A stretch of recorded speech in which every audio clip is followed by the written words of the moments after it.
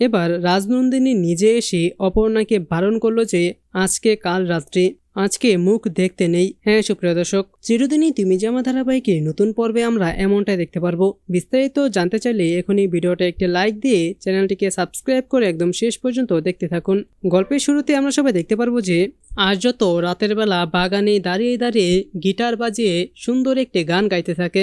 আর তারপর আমরা দেখতে পাই যে অপর্ণা ঘরের আড়াল থেকে চুপি চুপি সেখানে চলে আসে আর্যর এই সুন্দর গান শুনে। আর আমরা দেখি ঠিক তখনই পিছন থেকে কেউ একজন অপর্ণাকে বলতে থাকে যে আজকে কাল রাত্রি মুখ দেখতে নেই। আর তারপরে রাজনন্দিনী সেখান থেকে চলে যায়। আর তখন অপর্ণা তো অবাক হয়ে পেছন দিকে তাকিয়ে বলে যে কে ওখানে, কে ছিলে? কারণ অপর্ণা তখন কাউকে দেখতে পারে না। আর অপর্ণা তখন সে রাজনন্দিনীর পিছু পিছু যেতে থাকে, সে তার পিছনে দৌড়াতে থাকে।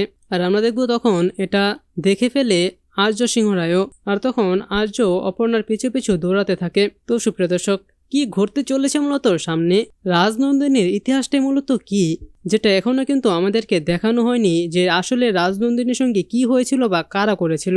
তো সুপ্রিয় দর্শক, এখন ধীরে ধীরে রাজনন্দিনীর সমস্ত ইতিহাস সামনে আসাতে আপনারা কতটা খুশি? আপনারাও চান তো যে রাজনন্দিনীর আসল বিচারটা হোক, যে তার সঙ্গে যে কাজটা করা হয়েছিল তার খুনিরা আসল শাস্তি পাক?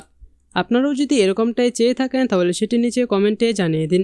এবং এরকমই প্রতিদিনের আপডেট সবার আগে পেতে চাইলে এখনই এই চ্যানেলটিকে সাবস্ক্রাইব করে দিন। ধন্যবাদ সবাইকে।